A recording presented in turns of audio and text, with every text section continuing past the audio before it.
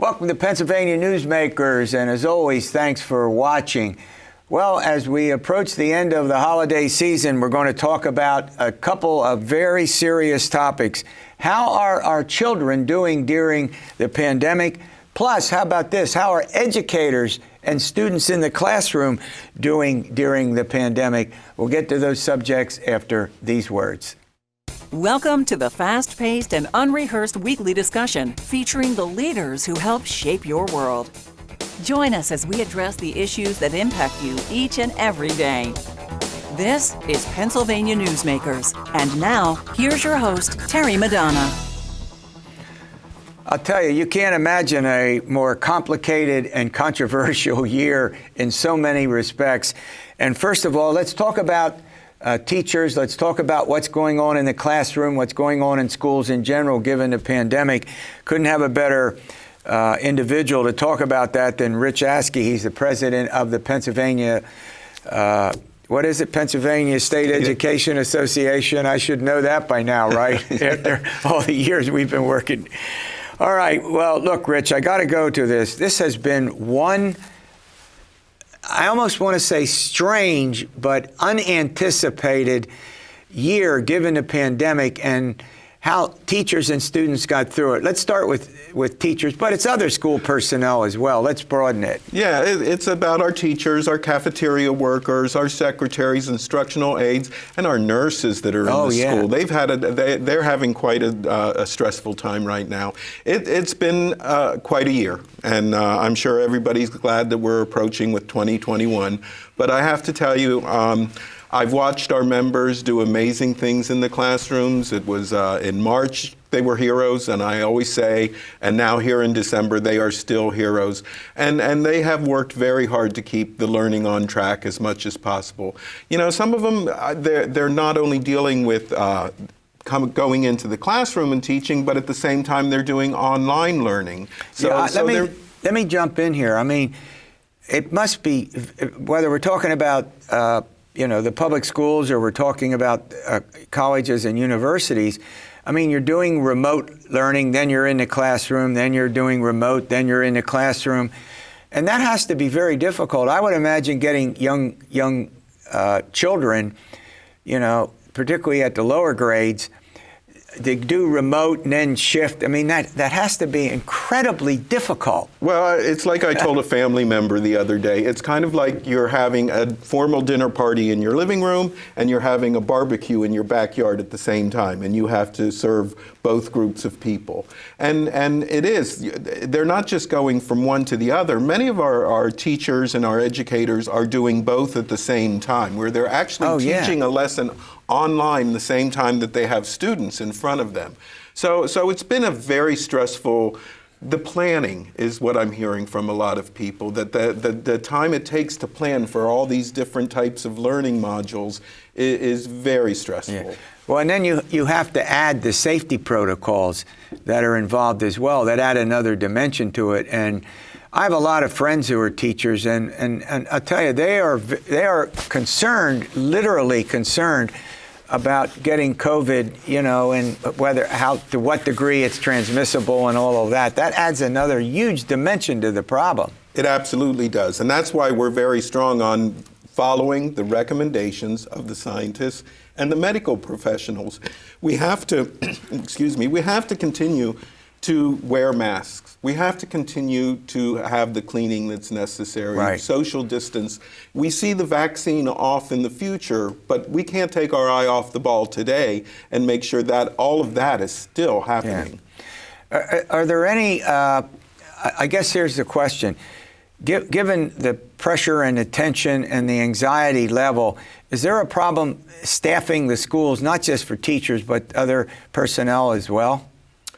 Well, we've seen some where actually it's not so much overstress as it is that all of a sudden someone has to be quarantined. Oh, so that's where you're mostly seeing the staffing problems, is someone just has to stay home and can't come in because they're under quarantine.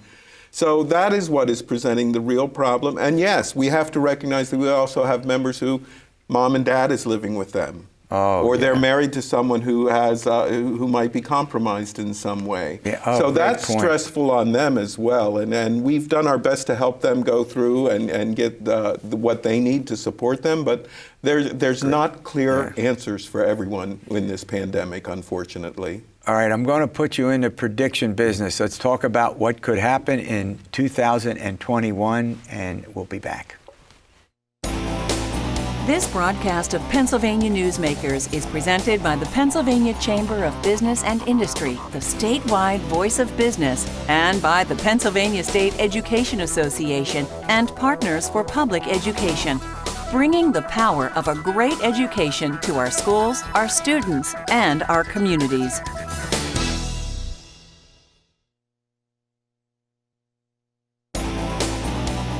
This broadcast of Pennsylvania Newsmakers is brought to you by the Pennsylvania Highway Information Association, the go-to source to learn about transportation projects and issues. Please visit pahighwayinfo.org. And by the Pennsylvania Manufacturers Association. Business in Pennsylvania is our business. All right, I'm going to put Rich into the forecasting. You're in the prediction business. All right, 2021, here we go. What can we expect? Well, the first thing we can expect is that educators and support professionals are going to keep learning on track and going into January and beyond. And we have to look at continuing the mitigation, of course, and when the vaccine is made available, the CDC puts our members into the second group. They consider them to be essential employees. But we have to remember, that's a group of 87 million people. So that's going to take, that's all. And so that's going to take a little bit of time to get done. And even when the vaccine is being rolled out among our school folks, we have to remember we have to continue the mitigation. We have to continue masks. We have to continue all those other things to help. But we also have to start, as soon as we're back and we're on a normal track again, we have to focus on the students. We have to focus on where they are and what their needs are. And so we need to do the informal diagnostic testing that lets a teacher know immediately where that child is and where they need to go. That's a great point. The other aspect of this is that I haven't seen anything. Well, educators are now listed in some priority to get the vaccine. Is that correct? I've noticed. Yeah, they're under they're as listed as essential employees. So the state has not made its plan known yet, but the CDC lists them as essential employees. Yeah. So we're just waiting for the state plan. All right, schools, can they stay open? Do they close? Well, we continue to say follow the recommendations, and if you follow the recommendations and if the community partners with us and does all the things they're supposed to as far as wearing masks and not going to big parties and big social gatherings, and we keep that community spread down, you're going to keep your schools open. So it takes all of us to do that. Yeah. Now, there are standardized tests that students are supposed to take, and I think they're scheduled for this spring, but we have no clue with where with the pandemic. Where is it, how much change has taken place once we get the vaccine? Well, we're fortunate. The state legislators have passed a law to make sure that our Department of Education is requesting a waiver for standardized testing for this year. However, that's going to have to wait until after the new administration is in place to make that request. Right. The bottom line is our folks need to be teaching. They need to be instructing. Our students are at the point where they need real learning. They don't need test prep right now. All right, before I let you go, how are you feeling now? 2020 coming to an end, 2021. I mean, again, in the prediction business, it's not. I'm hopeful. I'm very hopeful. I think that we are going to come together. We're going to do what's right for our families, our communities, and our students especially. And the light is at the end of the tunnel, and we're going to be focused on making everybody whole again. Yeah. No, I understand. I'll tell you that when you have a huge group of people in a classroom and teachers and everybody interacting, it has to be, in some respects, anxiety building in the worst way. Yeah. I mean, I hear from my members, from folks every day that are stressed out, and sometimes they just need to talk and let you know how they're feeling, and that's okay. Yeah. That's what we're here for. And constantly reviewing the safety precautions, right? Constantly, and we're helping them do that. We empower them to make sure that the right thing is being done in their schools. Yeah.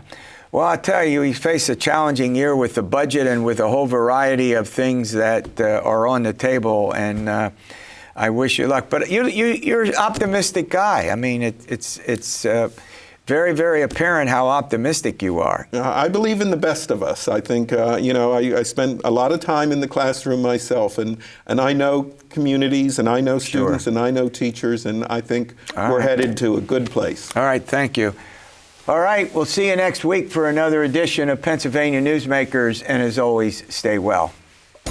This broadcast of Pennsylvania Newsmakers is brought to you by Cross-State Credit Union Association. Credit unions, where people are worth more than money. To find a credit union that is right for you, go to ibelong.org. And by the Energy Association of Pennsylvania, Pennsylvania's energy information source.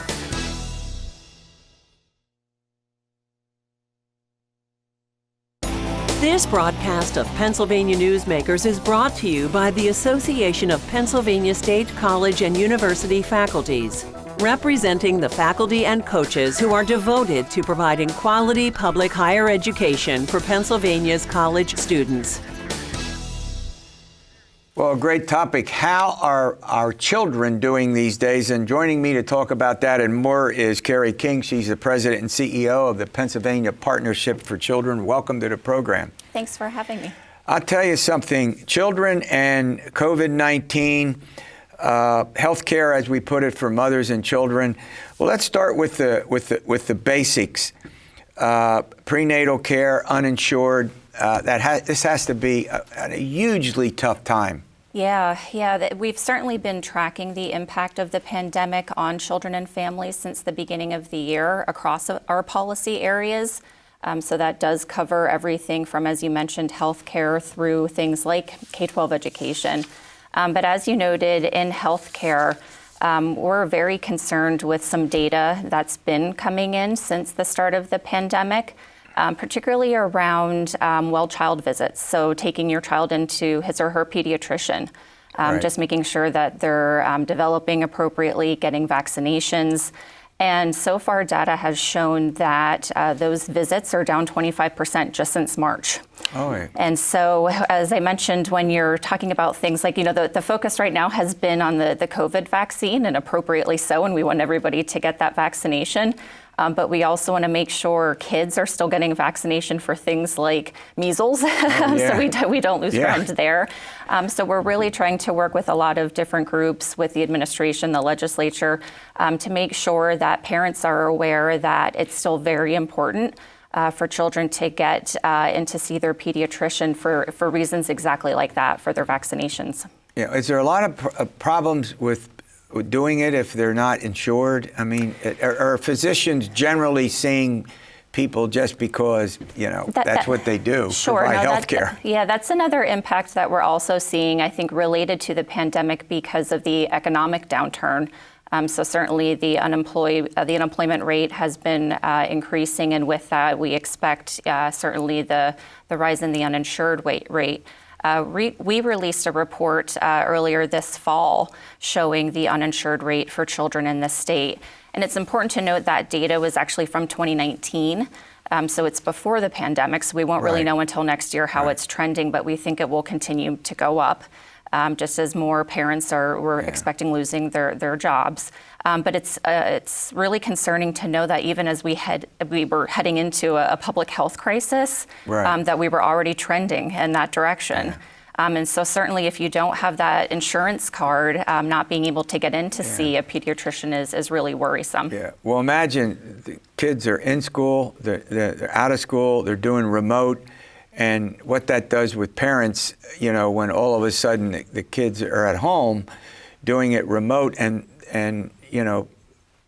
they've jobs, and that has to be another complication. Absolutely, and there have been some improvements. It's been quite a policy debate for some time around telehealth or telemedicine, and that's really where it's become commonplace now, where you can see a pediatrician over your phone on something like FaceTime or Zoom. And so that's really kind of moved the needle in terms of technology and how you're able to access, even if it's something for like behavioral health. Sure. So everybody's been talking a lot about the impact on mental health, and so it's certainly increased services there. Yeah, I really don't even want to bring this subject up, but I'm going to. Child abuse. Do you have any sense that it's on the rise? Yeah, what we found is at the peak of the pandemic, so when it first started, the reports into the state for expected child abuse or neglect, child lines. So if you expect that it's happening, where the state wants you to call and report those allegations. At the start of the pandemic, the reports in there were down about 40 to 50%. I don't think that that's necessarily indicative that the actual allegations were down. It's just that children were being seen less. So to my point, they weren't in front of the pediatricians or their teachers, who are very aware of picking up on what the signs are of abuse and neglect. So we're continuing to watch that with other stakeholders, with the state. More recent data has shown that it's leveled off a little bit. So through the summer, as some things opened up, there was a leveling off, but we're still seeing a downtrend in terms of the reports of abuse and neglect, but I don't think that that's showing what the actual incidence is. So we're really concerned that the actual allegations are going to be going back up. Yeah, you touched on this briefly. We're going to run to a break. When we come back, let's talk about child care and the significance of it and how difficult this time is for parents and for the kids. All right, we'll be back in a moment. This broadcast of Pennsylvania Newsmakers is brought to you by the Pennsylvania Medical Society. Inspired physicians committed to the good health of Pennsylvanians and the advancement of the practice of medicine.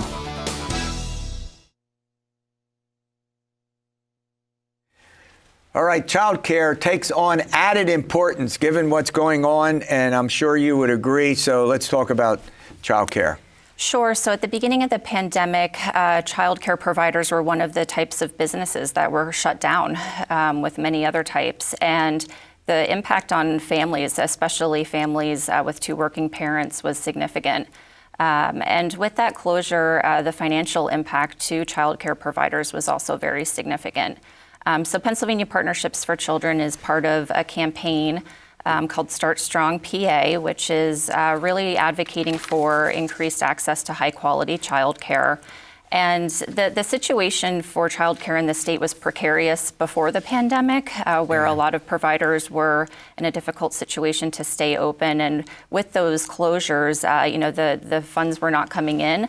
And so since the start of the pandemic, we've actually had over 300 child care providers shut down. Oh, wow. And so in terms of availability for working parents to be able to make sure that their children are in a safe, nurturing environment where they can really thrive for infants, toddlers, preschoolers, that availability has really been decreasing since the start of the pandemic. And as the longer that it drags on, there's been studies that have come out to show that as much as 1,000 more providers could end up closing in Pennsylvania. So we're really concerned in terms of the overall availability of providers, but then certainly how that impacts the parents' ability to work. There's been a lot of national stories on the impact of moms, especially, and how their careers have had to kind of been, put on the back burner through the pandemic. So I think there's some really long-term consequences as a result of what's happened since the onset of COVID-19. Well, let's talk about money. Obviously, for schools and for healthcare, there's just simply a need to increase the funding to assist in the work that they do. What's the situation in the state of Pennsylvania? We've been working with the campaign, but both at the state level and the federal level since the start of the pandemic. And so with the stimulus packages, it's in the news again. We'll see here shortly if another package goes through. But thankfully, some relief did come through at the state level. We were able to get $125 million to child care providers earlier this year. But that money has been distributed and it's been used and well used. So we're back in front of policymakers virtually at this point, really trying to hone in on that point that it's still critical. We're still at a point where more child care providers could shut their doors and impact working families, and that more assistance is needed. Yeah. Well, it seems to me that this is going to have a profound effect when you take maternal mental health, but you also have the mental health, the anxiety level has to be at record heights for Americans and people all over the world. Mm-hmm. No, absolutely. We're just starting to see some really credible research coming in that we've seen anecdotally, and we've probably felt ourselves to a certain level since the start of the pandemic, exactly to that point where it's impacting mom, dad, the kids. And I think it really will be a situation where you're certainly feeling it in the short term, but what are those ramifications that you're going to see in the long term? So, to the earlier point, what's going to be that infrastructure on childcare providers? What is going to be a longer term approach in how we deliver something like K-12 education? While it's certainly a very stressful moment in our nation's history, I think the long term impacts are something we're going to have to grapple with too. Yeah, I mean, and is there any consensus about A, the money, and B, has there been a debate over how all this is getting handled? I think that, so there's a couple ways to look at it. There's always the back and forth on what is it a federal responsibility, is a state responsibility, and I know that our state policymakers are certainly looking to Washington at this moment, and there's a lot to be determined there, certainly with the upcoming Senate races and what that balance looks like. So with that uncertainty, and so we have more clarity there on what might happen or not in Washington, D.C., I think that certainly is limiting at the moment how much we think we might be able to determine what will come through from Harrisburg. So. Optimistic or pessimistic? What a bad question. That may not be the best question. And I can tell you're optimistic, aren't you? You can't. From a federal perspective, and I should note here too, we're a nonpartisan organization and we mean it. But I would say from a federal perspective, and kids' issues have bipartisan support. At a federal level, I have a sense of optimism. And I hope that then trickles down, that there's some optimism at the state level. Well, look, I want to thank you for coming in, and you're welcome to come back and give us an update, and hopefully things will get better.